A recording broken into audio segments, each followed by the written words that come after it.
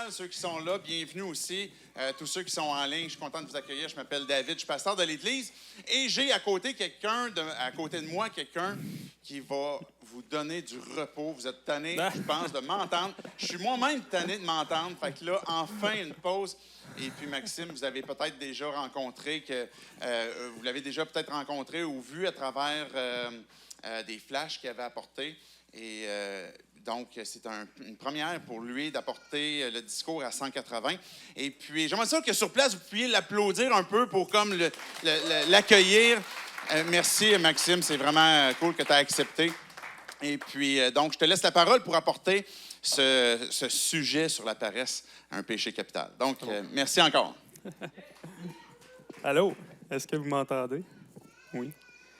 Hey, c'est le fun. Je me sens choyé d'être celui qui est là ce matin avec du monde. Ça me stressait un peu. Ça fait longtemps que je sais que c'est moi qui fais ce dimanche-ci, puis j'ai été content d'apprendre qu'il y aurait des gens puis que j'aurais pas à constamment regarder une caméra. C'était une source de stress. Donc, ce matin, comme David l'a dit, on va parler de la paresse. On est encore dans la série sur les 7 péchés capitaux. Et on pourrait facilement penser que la paresse, c'est un péché qui n'est pas si pire que ça. Souvent, on fait la paresse et on se dit « Ah, c'est pas si grave que ça ». Puis même qu'on pourrait se demander qu'est-ce que ça fait à l'intérieur de cette série de 7 péchés-là. Qu'est-ce que ça fait à l'intérieur des 7 péchés capitaux. Mais on va voir à travers le texte qu'on va regarder aujourd'hui que ce péché-là, en fait, est extrêmement dangereux puis qu'il y a de bonnes raisons pourquoi il se trouve là. C'est pas pour rien qu'on l'a intégré à cette liste-là. Puis c'est pas pour rien qu'on doit le combattre dans nos vies. Le texte qu'on va regarder ce matin, ça se trouve à la fin du Proverbe 24. C'est les versets 30 à 34, donc vraiment à la fin. Et je vous invite tout de suite à tourner là avec moi. On va tout de suite y aller parce qu'il y en a beaucoup à dire. Donc on va tout de suite sauter là-dedans puis commencer par le lire. Donc Proverbe 24, versets 30 à 34. « J'ai passé près du champ d'un paresseux et près de la vigne d'un homme dépourvu de sens.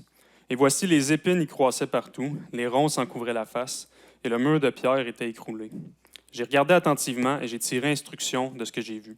Un peu de sommeil, un peu d'assoupissement, un peu croiser les mains pour dormir, et la pauvreté te surprendra comme un rôdeur, et la disette comme un homme en armes. » La première chose qu'on constate en lisant ça, cette section-là, à la fin du Proverbe 24, c'est que le paresseux est décrit comme quelqu'un qui est dépourvu de sens. Si on disait ça plus directement, c'est quelqu'un qui est sans compréhension. Le paresseux, c'est un homme qui ne comprend pas. Mais qu'est-ce qu'il ne comprend pas?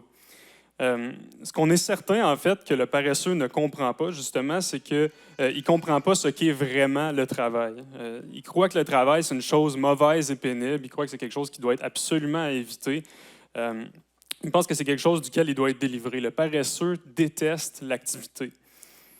Pour le paresseux, s'il pouvait s'imaginer le paradis, ce serait probablement de se retrouver sur un beau yacht dans les Caraïbes à regarder les poissons puis à rester assis. Puis probablement qu'aujourd'hui, il y aurait Netflix quand il est fatigué de regarder les poissons.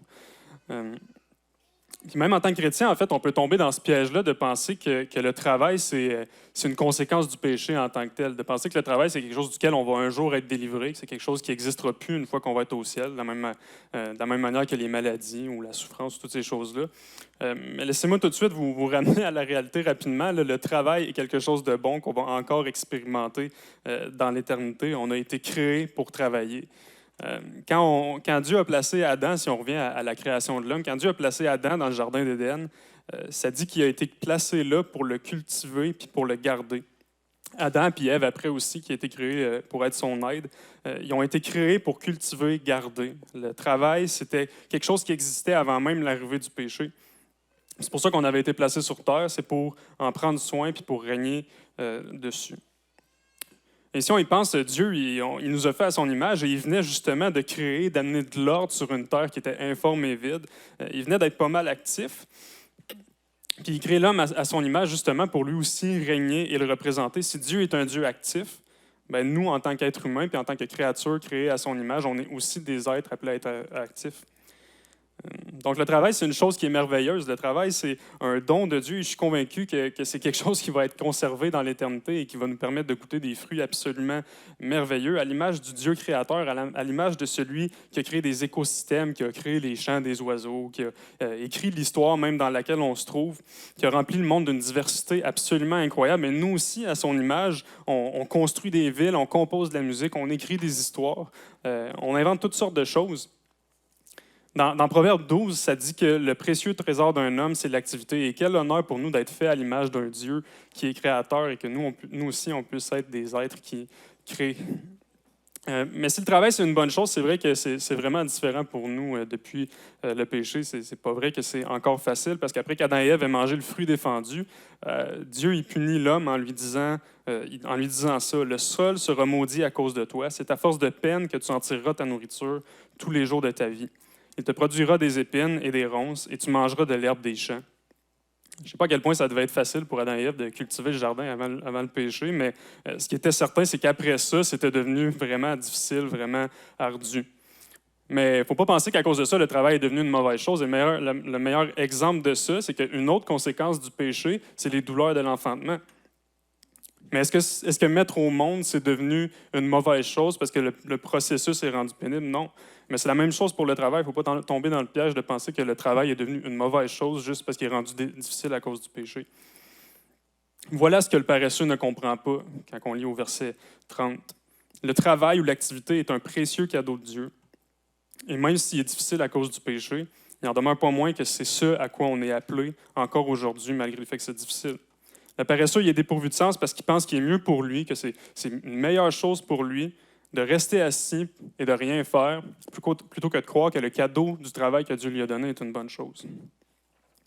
Et j'aurais pu faire tout un message sur ça ce matin. Il y a tellement de choses à dire sur la beauté du travail, sur son importance, sur comment on serait tellement plus épanoui si, en tant que chrétien, on faisait plus que rester assis devant Netflix sur nos écrans, puis qu'on était à l'image de Dieu et qu'on travaillait, puis qu'on créait comme lui crée. Mais ce sera peut-être pour une autre fois, parce qu'aujourd'hui, je voudrais regarder à ce proverbe-là, le proverbe 24, qui parle d'un homme paresseux et de son champ, comme étant une image de la relation du chrétien avec sa vie spirituelle. Je vais prendre une gorgée d'eau, parce que je fais... C'est peut-être moins fatigant pour vous, pour le monde sur Internet.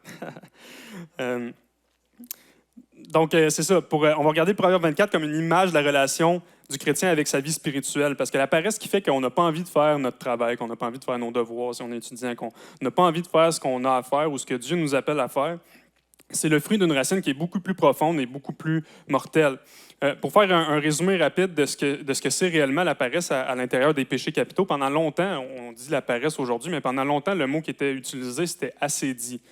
C'est un mot qu'on n'utilise plus. C'était un mot qui était dérivé du grec, qui parlait en fait d'une négligence, d'une indifférence par rapport à sa propre vie spirituelle. Et c'est de ça qu'on va principalement parler aujourd'hui. Quand je vais utiliser le mot paresse, je vous invite à garder cette réalité-là en tête. Quand on parle de la paresse, on parle de la négligence, on parle de l'attitude qu'on peut avoir des fois de « je m'en fous, c'est pas important, j'ai pas besoin d'en prendre soin ». Donc, c'est ça qu'on va faire ce matin, c'est regarder à ce que nous enseigne la fin du Proverbe 24, qui est à propos d'un paresseux avec son champ, puis voir comment cet enseignement-là, qui est apporté par Salomon, se calque vraiment parfaitement sur la relation que le chrétien peut avoir avec sa vie spirituelle.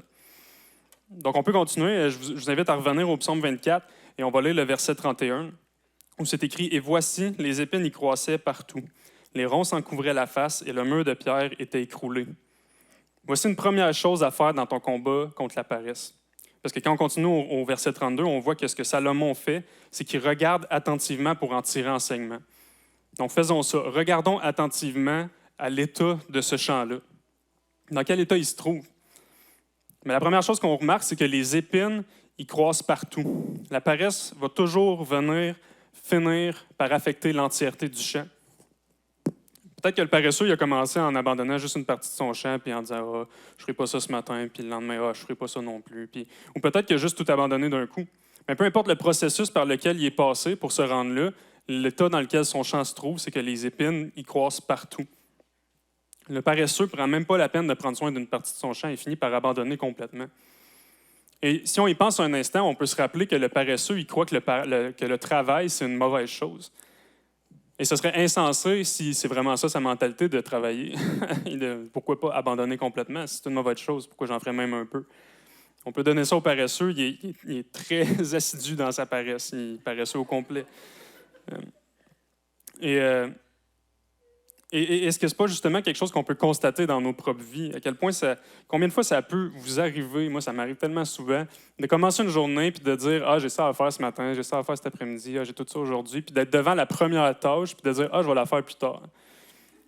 Puis tu te ramasses à la fin de la journée puis tu n'as fait aucune de tes tâches, tu n'as fait absolument rien de ce que Dieu t'avait appelé à faire dans cette journée-là. Tu t'es fait surprendre, le 5 minutes que tu as pris, finalement, est devenu toute la journée, puis tu t'es réveillé à la fin, puis les épines avaient poussé partout. Ça avait affecté l'entièreté de ta journée dans toutes les sphères de ta vie dans cette journée-là. Mais peut-être aussi que ça ne résonne pas avec toi non plus, cet exemple-là, que tu es quelqu'un d'extrêmement occupé, puis que tu as envie de me répondre, ben moi, Max, je suis vraiment occupé, j'ai tellement de choses à faire, je me rappelle même pas la dernière fois que j'ai eu le luxe de perdre une journée, comme tu le dis. Je ne peux même pas me permettre de gaspiller une journée. La paresse, ça ne me concerne pas. Et tu as peut-être raison. Tu as peut-être raison que tu es quelqu'un d'extrêmement occupé. Mais si je te demande c'est quoi l'état de ton champ, l'état du champ de ta vie spirituelle, tu me répondrais quoi? Parce que comme j'ai dit ce matin, on utilise ce proverbe-là comme une image de la paresse spirituelle. Il ne faudrait pas tomber dans le piège de penser que parce qu'on fait beaucoup de choses, parce qu'on est occupé dans la vie, il n'y a pas de ronces qui peuvent pousser dans notre champ. Parce que le monde est rempli de gens extrêmement actifs, extrêmement occupés, qui trouveraient ça ridicule que je vienne leur dire « Hey, t'es paresseux ». Ils diraient « Voyons, je suis paresseux, t'as-tu vu mon agenda? » Mais que ces gens-là sont dans un état spirituel absolument lamentable. Celui qui est paresseux spirituellement, celui qui néglige sa relation avec Dieu, celui qui néglige d'honorer Dieu par sa vie, celui qui se fout de voir les fruits pousser, puis qui se fout de voir les ronces du péché pousser dans sa vie, justement. Mais peu importe de quoi il peut avoir l'air de l'extérieur, peu importe à quel point il peut avoir l'air occupé, même dans l'Église, son champ finit rempli de ronces. Écoute ça ce matin parce que c'est super, super important. Si tu laisses la paresse gagner dans ta vie, tous les autres péchés vont finir par grandir. On a vu dans le premier message de la série qui parlait de l'orgueil que l'orgueil, c'est un peu le péché duquel tous les autres péchés proviennent. Si on remonte à la source de chaque péché, bien, on arrive à l'orgueil. Mais la paresse, c'est celle qui ouvre la porte à tous les autres et qui leur permet de grandir. La paresse, elle rentre chez toi, elle dit « Viens t'asseoir ». Elle s'assoit avec toi, puis elle regarde le champ, puis elle dit aux autres péchés « Allez-y, poussez, poussez, poussez. Je ne vais même pas prendre le temps de vous arracher. » Regarde le champ du paresseux. Les épines, ils croissent partout. La deuxième chose qu'on constate du champ du paresseux, c'est que les ronces en couvrent la face. Et ça veut dire quoi, ça? Le champ du paresseux, il est recouvert de ronces. Si les ronces poussent partout, bien, il y en a partout. Mais ce que ça veut dire, c'est qu'il n'y a plus rien qui peut pousser là. S'il y a des ronces partout, il n'y a aucun fruit qui peut pousser sur ce champ-là. Toutes les choses qui pourraient pousser dans une bonne terre bien entretenue, où il n'y a pas de ronces, tous ces bons fruits-là qui pourraient être produits n'ont pas de place. Ils sont complètement étouffés. C'est un tapis de ronces et de mauvaises herbes qui coupent le soleil, qui étouffent les bons fruits qui peuvent pousser. Le champ du paresseux, il est tellement négligé que toutes ces choses-là qui pourraient être produites ne peuvent pas pousser. Et c'est tellement évident que des fois, on oublie ça. C'est tellement dans notre face quand on regarde la paresse et quand on considère ça qu'on oublie à quel point c'est vrai. Le paresseux ne fait rien. Le paresseux ne porte pas de fruits. Le paresseux est inutile. Voici ce qui attend le paresseux qui néglige sa vie spirituelle. Voici ce qui attend celui qui se retrouve avec un champ dont les ronces en couvrent la face. Les bons fruits ne pourront pas pousser. Et dans le Nouveau Testament, il y a plein d'exemples, plein d'images qui sont données par rapport à ça, où est-ce qu'on donne l'image d'un arbre et de ses fruits. Puis à chaque fois qu'on parle de l'arbre qui ne porte pas de fruits ou de l'arbre qui porte du mauvais fruit, c'est quoi le résultat? Il ne sert à rien. Il est bon à être coupé et à être jeté. Écoutez, la paresse, c'est un ennemi dangereux. La paresse va nous étouffer, la paresse va nous mettre dans un état tellement lamentable et tellement plein de ronces qu'il n'y aura pas un seul bon fruit qui va pouvoir pousser si on laisse la paresse s'installer. Le proverbe qu'on est en train de lire nous aide à voir que notre vie spirituelle va étouffer et qu'on va finir par ne pas porter de bons fruits et être juste bon à acheter. Regarde le champ du paresseux. Les ronces en couvrent la face. La troisième, puis la dernière chose qu'on peut voir dans ce verset-là, c'est que le champ du paresseux, son mur de pierre est écroulé.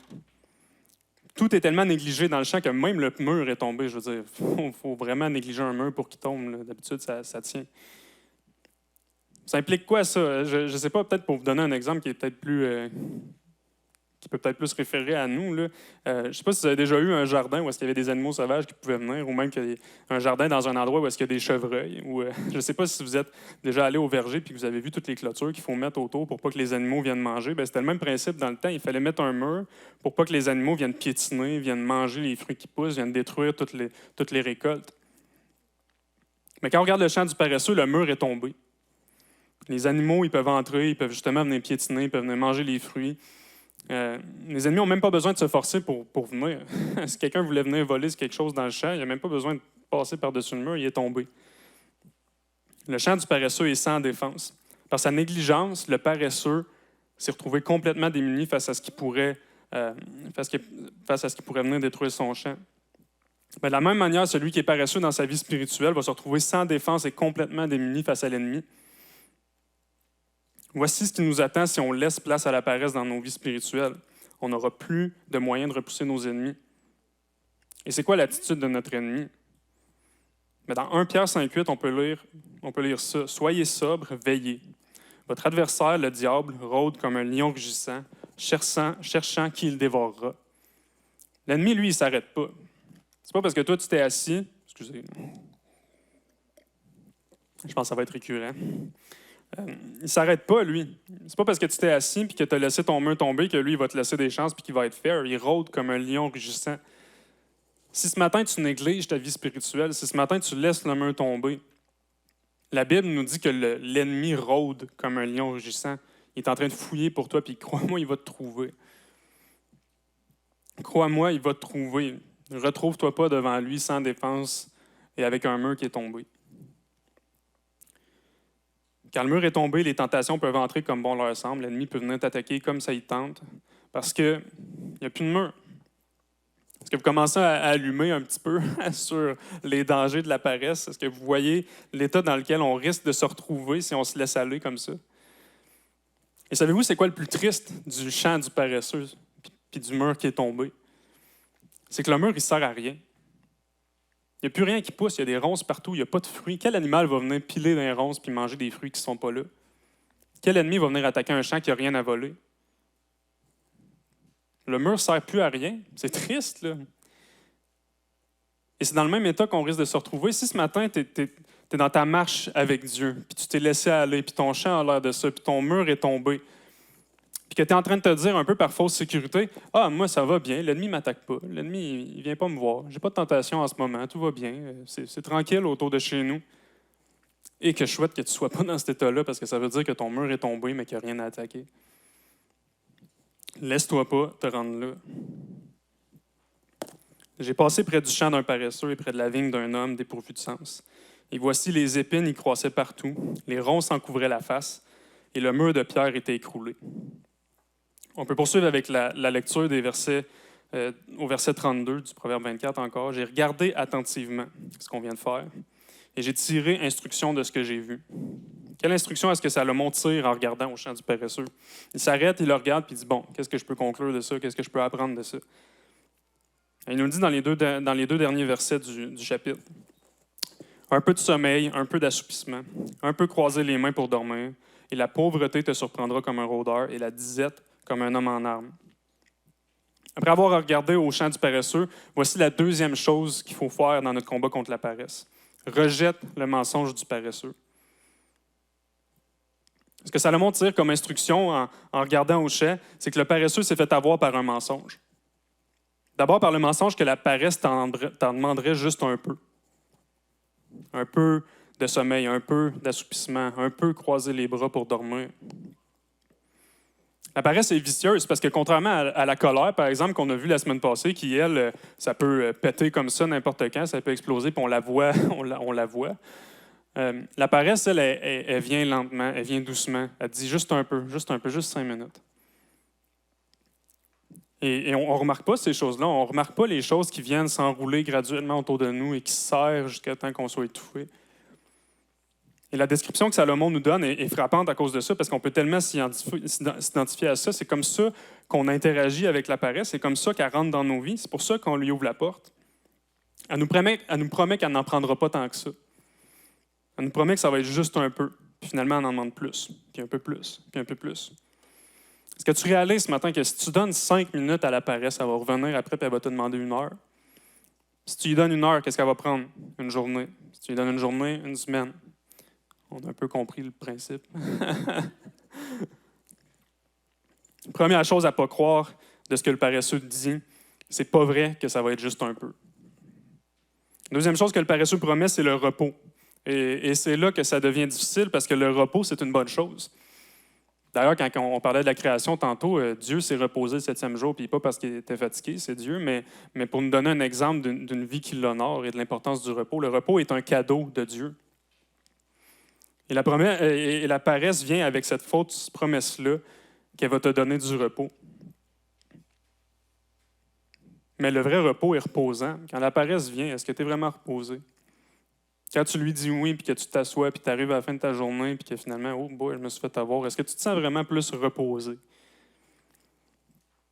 Quand on décide d'écouter la paresse, on se retrouve la plupart du temps pas mal plus fatigué, pas mal plus épuisé. On n'a pas eu le repos qu'elle nous avait promis. La paresse est arrivée en nous promettant le repos, puis ce qu'elle nous a donné, c'est autre chose. Et Salomon nous dit que cette chose-là, ultimement, ce que la paresse vient nous donner au lieu du repos, c'est la pauvreté qui va venir comme un rôdeur, qui va venir comme un homme en armes. Et si tu crois à la paresse, si tu baisses tes gardes, si tu la laisses entrer chez toi, si tu laisses les ronces pousser, puis tu laisses le mur se détériorer, un jour tu vas te réveiller, puis la paresse va venir de 2 façons. Elle va venir comme un rôdeur. Elle va te surprendre. Tu vas être endormi depuis des jours, des semaines, des mois peut-être, des années. Puis elle va arriver. Vous ne l'avez pas entendu parce que ce n'était pas dans le micro. Mais elle va arriver. Elle va te surprendre. Tu vas te réveiller un moment donné, puis oh, t'as-tu vu l'état de mon champ? Tu ne l'auras pas vu venir. Tu vas te dire constamment que ta vie spirituelle, elle peut attendre au lendemain. Tu vas te dire constamment que tu peux commencer demain. Que une journée de plus, c'est pas bien grave, ça fait déjà 6 mois. Puis à un moment donné, tu vas te retrouver surpris par à quel point tu es amorphe, puis à quel point ton champ est inutile, puis que tu es bon à être jeté au feu. La pauvreté, elle va aussi arriver comme un homme en armes, parce qu'on a vu tantôt que notre ennemi ne nous lâche pas, qui est comme un lion qui rôde pour nous dévorer. Et elle va arriver, puis tu vas être complètement démuni, tu n'auras plus de défense. Tu vas être endormi dans ta chaise. Puis l'ennemi, comme j'ai dit tantôt, il ne va pas te laisser une chance parce que tu es endormi. Il va pas il ne va pas te laisser te lever. Ne crois pas les mensonges du paresseux. Il te promet le repos en te disant un peu de sommeil, un peu d'assoupissement, un peu croiser les mains pour dormir. Mais ce qu'il te donne, c'est la pauvreté et la disette. Ne sois pas un paresseux avec ta vie spirituelle. Pense pas que ton âme pourra se reposer si tu la fais s'asseoir à rien faire. Mais si m'assoupir puis écouter la paresse, c'est pas ce qui me donne le repos, puis que j'ai vraiment besoin de repos, que c'est vrai, la paresse arrive avec une vérité, tu as besoin de repos. Comment est-ce que je fais pour trouver le repos? Qu'est-ce que je vais faire pour me reposer? Bien, pour bien rejeter le mensonge de la paresse, il faut regarder à la vérité, parce qu'on a besoin de repos. On peut regarder un peu à l'image du paresseux encore avec son chant, puis voir un peu pourquoi, dans quel mensonge il a cru, puis pourquoi il s'est laissé tomber là-dedans. Moi, j'aime beaucoup les mangues. Okay? C'est le meilleur fruit de la planète. C'est juteux, délicieux, ça va être au ciel. Puis si on me donnait un manguier, puis qu'on disait, tiens, voilà un arbre qui donne des mangues, puis tu n'auras plus besoin d'aller en acheter à l'épicerie parce que ça coûte une fortune. J'en prendrais soin. Je les ferais pousser, les mangues. Je m'arrangerais pour que l'arbre soit en santé et que j'en ai. Mais si tu me donnes une plante à radis, là, c'est pas mangeable. Là. Écoute, si tu me donnes une plante à radis, tu peux être certain que je ne vais pas lever le petit doigt pour en prendre soin. C'est ça le vrai problème du paresseux. Là. C'est un exemple un peu superficiel, là, mais c'est ça le problème du paresseux. C'est pour ça qu'il est insensé. C'est pour ça qu'il voit le travail comme une mauvaise chose. C'est parce qu'il ne comprend pas que le fruit qui vient du travail, le fruit qui provient de ce travail-là, puis de prendre soin de son champ, goûte bon. Le travail, c'est un moyen par lequel le fruit peut pousser pour qu'ensuite on puisse s'en délecter. Une fois que le travail est accompli, on peut goûter aux fruits. Et un des meilleurs exemples de ça, c'est qu'il y en a beaucoup d'entre vous ici ce matin qui ont passé du temps ici, qui ont travaillé cette semaine, qui ont fait que ça a l'air de... C'est complètement différent de la semaine passée. Puis grâce à ça, on peut être ici ce matin ensemble puis passer du temps. On récolte le fruit de ce travail-là. Et ça goûte bon. Quand Dieu a créé la terre dans Genèse, si on y revient rapidement, ça dit qu'après avoir créé tout ça, Dieu a vu que c'était bon. Et le mot, c'est bon, pas bien. C'était pas comme c'était bien, ça c'est mal. C'était pas oui, non, c'était bon, ça goûtait bon. Et même après avoir créé l'homme, il dit que ça goûtait très bon. Dieu se délectait de son travail. Dieu regardait à ce qu'il venait de faire, puis il goûte bon, ce fruit-là. Et c'est important, là, à partir d'ici, je ne sais pas, peut-être plus sur Internet, mais si tu as zone out, là, si tu t'es comme endormi, puis que tu as arrêté d'écouter, c'est super important d'écouter ça parce que tout vire complètement à l'envers à partir d'ici. La raison pourquoi on croit le mensonge, qu'on peut se permettre de croiser les bras pour dormir, c'est pas vraiment parce que le travail, on le trouve trop difficile. C'est pas vraiment parce que le travail, c'est quelque chose qu'on n'a pas envie de faire. C'est parce que le fruit ne nous intéresse pas. Et c'est quoi le fruit que donne le combat contre le péché? La proximité avec Dieu, la ressemblance à Christ. Le combat contre le péché, c'est un combat pour se rapprocher de Dieu, pour le chérir, pour l'aimer, pour l'adorer, pour le glorifier. Comment on peut, en tant que chrétien, ne pas vouloir obtenir ce fruit-là? On est insensé. Comment on peut, en tant que chrétien, ne pas désirer tout faire pour obtenir ce fruit-là, tout faire pour y goûter? Et dans le cas de la paresse plus particulièrement, le combat, c'est de trouver notre repos en Christ. On a besoin de repos, mais où est-ce qu'on le trouve? Pas en s'assoyant sur notre chaise, en trouvant notre repos en Christ. Et dans Matthieu 11, les versets 28 à 30, on peut lire « Venez à moi », c'est Jésus qui parle, pas moi. « Venez à moi, vous tous qui êtes fatigués et chargés, et je vous donnerai du repos. Prenez mon joug sur vous et recevez mes instructions, car je suis doux et humble de cœur, et vous trouverez du repos pour vos âmes, car mon joug est doux et mon fardeau est léger. » Le paresseux, c'est un insensé parce qu'il croit le mensonge que le fait de combattre le péché pour demeurer proche de Christ ne va pas mener à une satisfaction et à un repos incroyable. Il ne croit pas que suivre ses instructions, c'est un fardeau doux et léger. Il ne croit pas que Jésus, ce qu'il nous demande de faire, c'est quelque chose qui devient tellement peut-être difficile, mais les fruits sont tellement bons que ça nous paraît être rien. Laisse-moi te demander ce matin, est-ce que Christ est ton trésor? Est-ce que c'est en lui que tu trouves réellement ton repos? Quand ton âme a soif, quand tu es fatigué, quand tu as le goût justement de t'asseoir, c'est où que tu vas? Et peut-être que tu es dans cet état-là ce matin, peut-être que tu es épuisé, peut-être que tu te sens tellement chargé que tu as juste envie de lâcher ta pelle et d'aller t'asseoir dans ta chaise. Ça se peut, on est tous, je veux dire. Mais qu'est-ce que tu vas faire? Tu es devant quelle réalité? Là? C'est quoi tes options? Tu as l'option de croire le mensonge de la paresse et on vient de voir dans quel état ton champ va se ramasser. Tu as le choix de lâcher ta pelle, puis d'aller t'asseoir, puis d'écouter ce mensonge-là, puis de te faire donner en échange de la pauvreté puis de la disette. Ou tu as le choix de croire les promesses de Christ, de croire que son fardeau est doux et léger.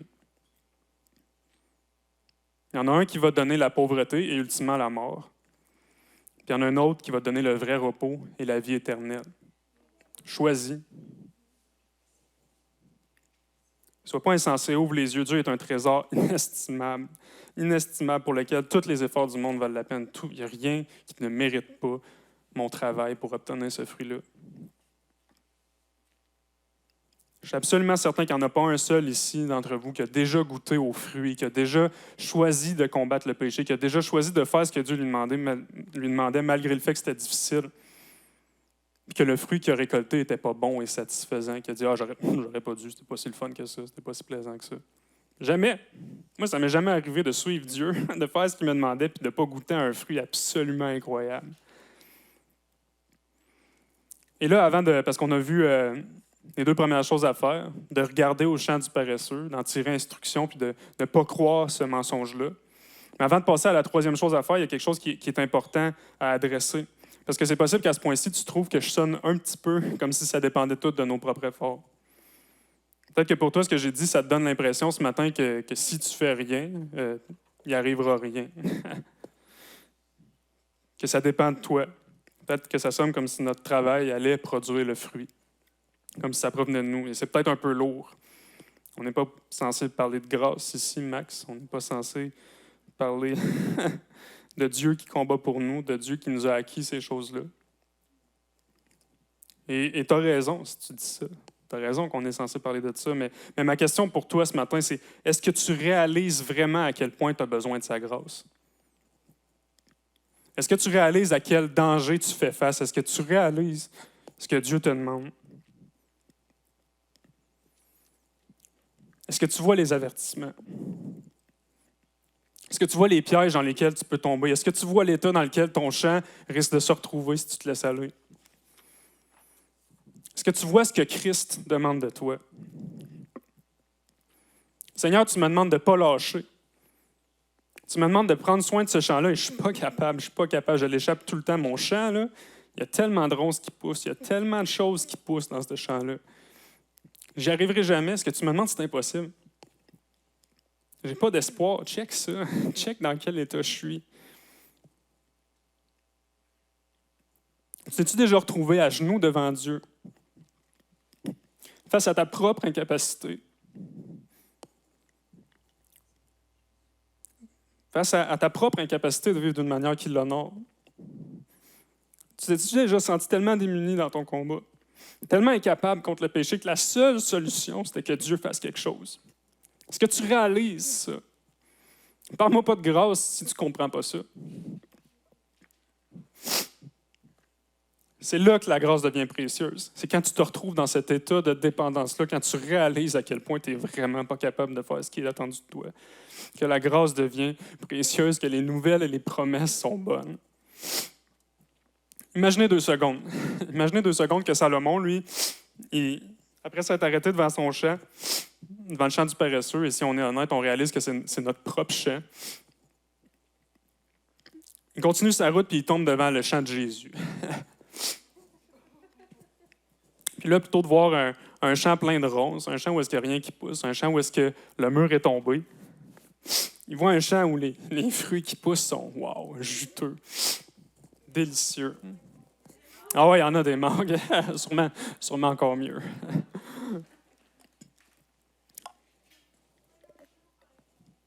Il arrive devant un champ où est-ce que le mur est même les maçons que Salomon a engagés pour construire le temple, ils seraient gênés devant leur mur en regardant celui que Christ a bâti puis celui que Christ entretient sur son champ. Mais ce Jésus-là, dont le champ est si parfaitement entretenu, que par ses propres forces à lui, son champ est, wow, impeccable. Mais il est venu acheter notre champ. Puis il nous a promis de le restaurer complètement. Il a promis de le prendre en charge. Notre champ lui appartient et il va en prendre soin. On a la certitude que si on met notre foi en lui, il va nous restaurer complètement. Dans Jean 10, versets 27 à 28, on lit « Mes brebis entendent ma voix, je les connais et elles me suivent. Je leur donne la vie éternelle et elles ne périront jamais. Et personne ne les ravira de ma main. » Philippiens 1,6, je suis persuadé que celui qui a commencé en vous cette bonne œuvre la rendra parfaite pour le jour de Jésus-Christ. Ces promesses-là sont tellement rassurantes quand on réalise à quel point on en a besoin. Quand on se sent si souvent incapable d'accomplir ce que Dieu nous demande. Quand on réalise que si on est laissé à nous-mêmes, c'est la perdition, là, je veux dire. C'est les ronces partout et aucun fruit qui pousse. Christ nous promet qu'il va nous préserver. Christ nous promet qu'il ne va pas nous lâcher. Christ nous promet qu'il va prendre soin de notre champ. Il l'a acheté, il est à lui. On lui appartient, on peut bûcher tant qu'on veut à partir de là, je veux dire. On est assuré qu'on va gagner, on peut se mettre à arracher les mauvaises herbes, puis écoute, je fais ce que je peux. On peut persister même quand on est fatigué, parce qu'on est certain, on peut persister parce qu'on est sûr qu'on va se rendre au bout. Il nous garantit que notre vie va être complètement restaurée. Et encore plus que ça, parce qu'une des meilleures nouvelles pour nous, c'est pas juste qu'un jour, on va être pleinement restauré, que ce champ-là est racheté, puis qu'on est certain qu'ultimement, on va avoir la victoire. Mais c'est aussi qu'en plus de nous garantir ça, il nous promet de nous donner la force de combattre, alors qu'on se trouve encore dans un monde où est-ce que le péché nous attaque, notre chair, elle ne veut pas obéir, puis où est-ce qu'on est en guerre.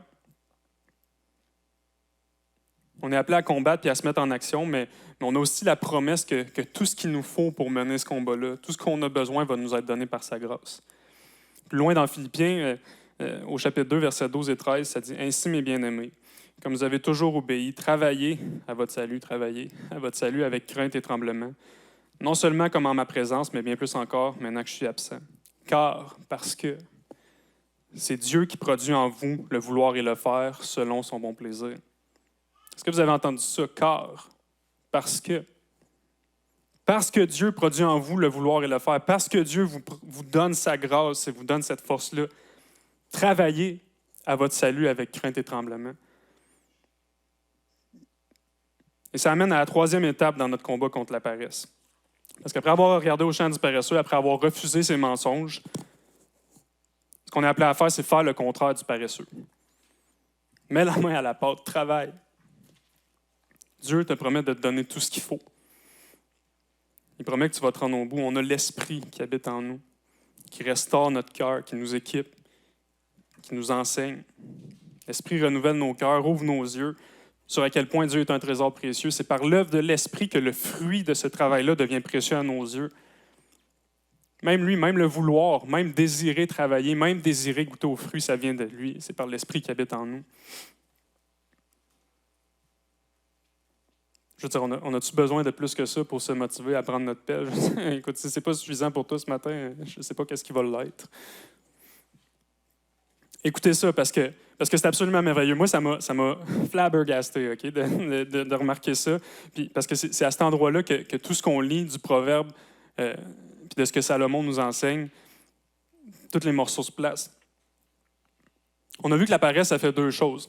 On a vu que la paresse fait vivre le péché. Les épines, les ronces qui poussent partout. Puis qu'elle fait mourir les bons fruits. Le champ est couvert de ronces. Savez-vous ce qui est absolument incroyable de l'œuvre de l'Esprit? C'est que l'Esprit nous permet d'obtenir exactement le contraire. La Bible nous enseigne que par l'action de l'Esprit, on peut faire mourir le péché, vaincre la tentation, les ronces, les mettre à mort, les brûler. On peut faire vivre les bons fruits. L'Esprit nous donne exactement le contraire de ce que la paresse amène dans nos vies.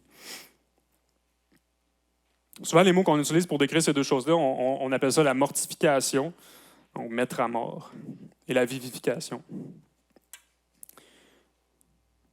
La vie par l'Esprit produit exactement le contraire de la vie du paresseux, qui s'assoit et qui laisse le péché pousser partout. L'Esprit fait en nous une œuvre qui est complètement opposée à ça. Donc, assure-toi premièrement que les épines ne poussent pas. Par l'Esprit, sois radical dans ton combat contre le péché. Tu ne peux jamais trop l'être. Tu ne peux jamais être trop radical dans le combat contre le péché. Parce que c'est là que la paresse vient t'avoir.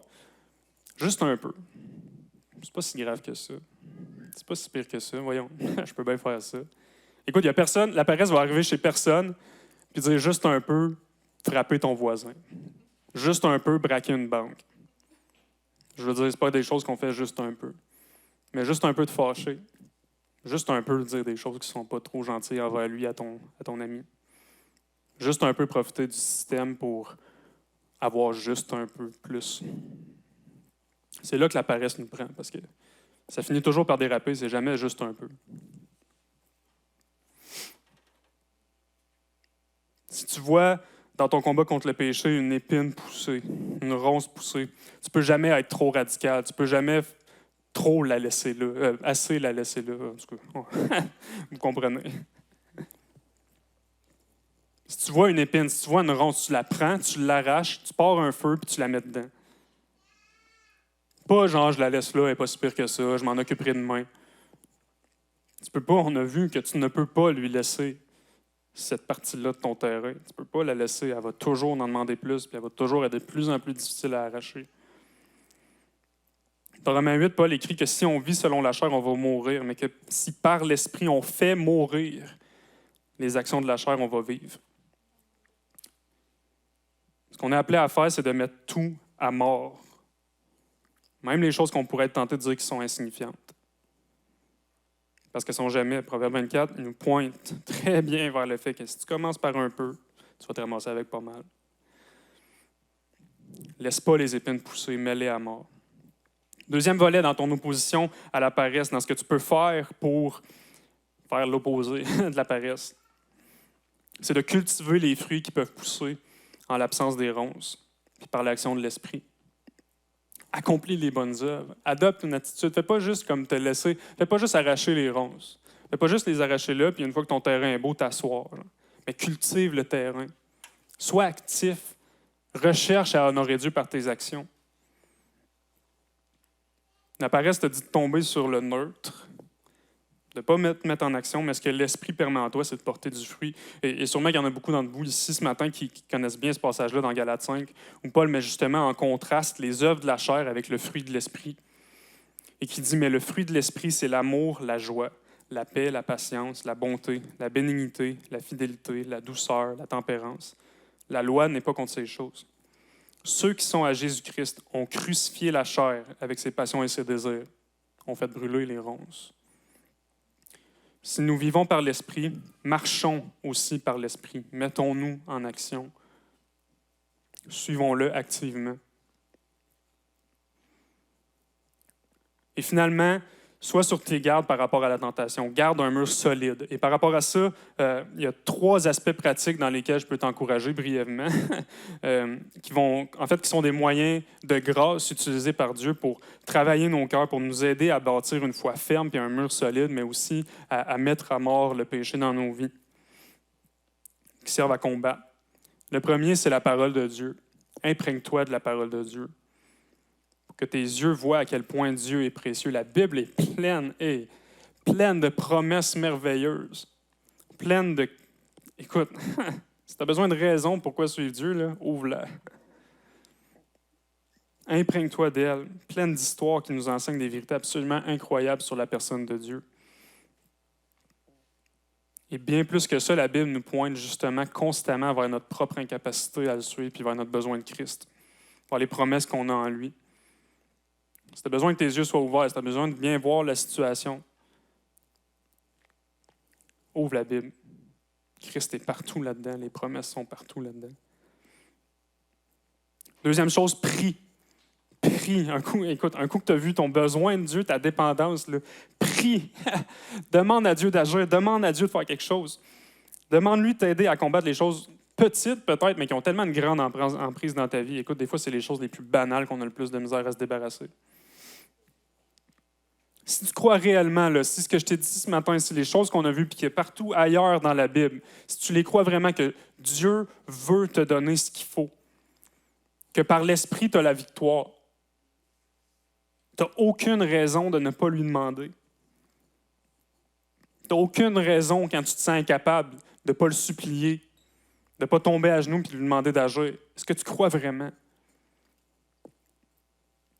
Et encore plus de ne pas te relâcher, parce que c'est vrai que des fois, il y a des choses qui prennent du temps. Il y a des choses qu'on prie, qu'on demande à Dieu de faire. On a l'impression que c'est comme si ça arrête au plafond. Tu sais.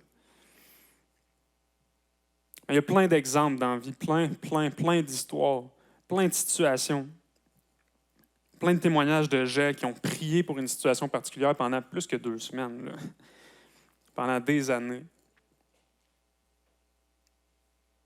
Que Dieu a fini par répondre. Ils ont persisté, ils ont persévéré dans la prière. Lâche pas Dieu, achale-le. Si tu crois que c'est en accord avec sa volonté, si tu es convaincu que c'est quelque chose qui plaît à Dieu de lui demander ça, là, persévère, demande-lui, il veut et il va répondre.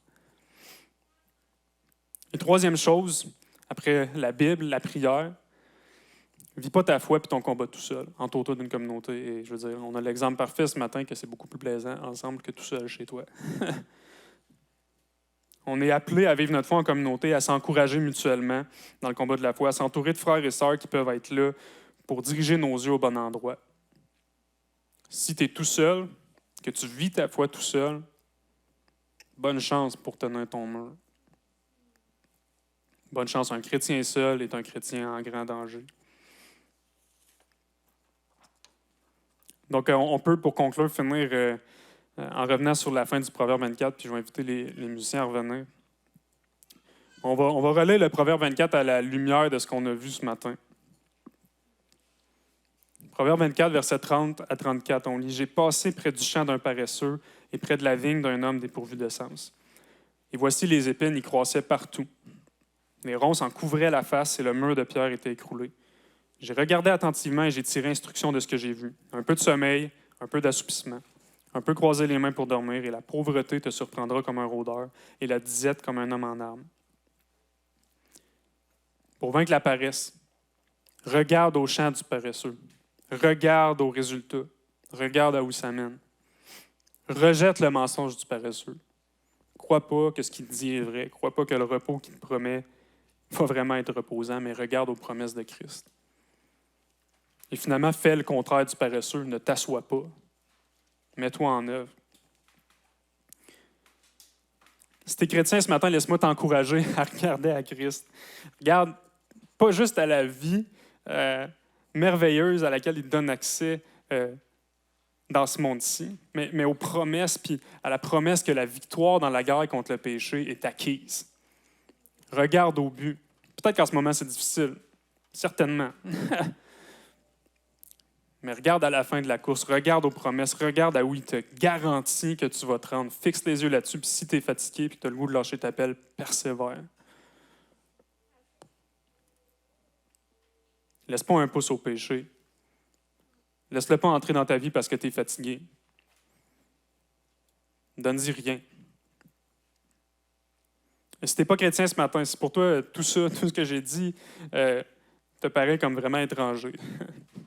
Tu es comme, bah, moi Dieu. Ouais, c'est justement l'attitude de la paresse. Moi Dieu.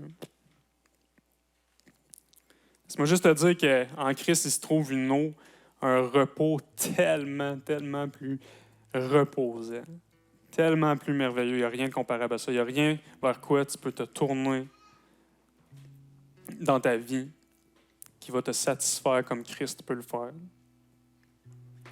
Regarde à ton champ. Vois dans quel état il se trouve. Regarde à ta vie. Regarde dans quel état elle se trouve. Considère comment Christ t'appelle à te détourner de ta manière de vivre pour te tourner vers lui. Mets ta foi en lui. Il promet de te restaurer. Seigneur, merci d'être celui qui pourvoit pour nous. Les avertissements sont tellement grands, ce que tu demandes de nous est tellement difficile à atteindre. On laisse tellement souvent la place au péché dans notre vie, on laisse tellement la paresse nous convaincre que si on lui laisse juste un peu, ça va rester juste un peu, puis on va être encore en contrôle. Pardonne-nous, Seigneur, de ne pas te considérer comme étant précieux, de ne pas voir les fruits que tu promets comme étant précieux.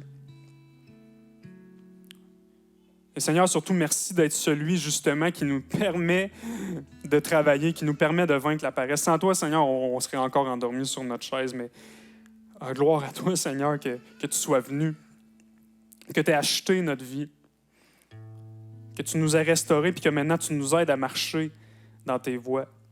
Quelle grâce, Seigneur. Permets-nous de goûter à ton repos. Permets-nous, alors que souvent on est fatigué, épuisé, tanné même de faire des choses pour toi des fois. On n'a juste pas l'énergie. Permets-nous de goûter aux fruits. Permets-nous de voir les promesses.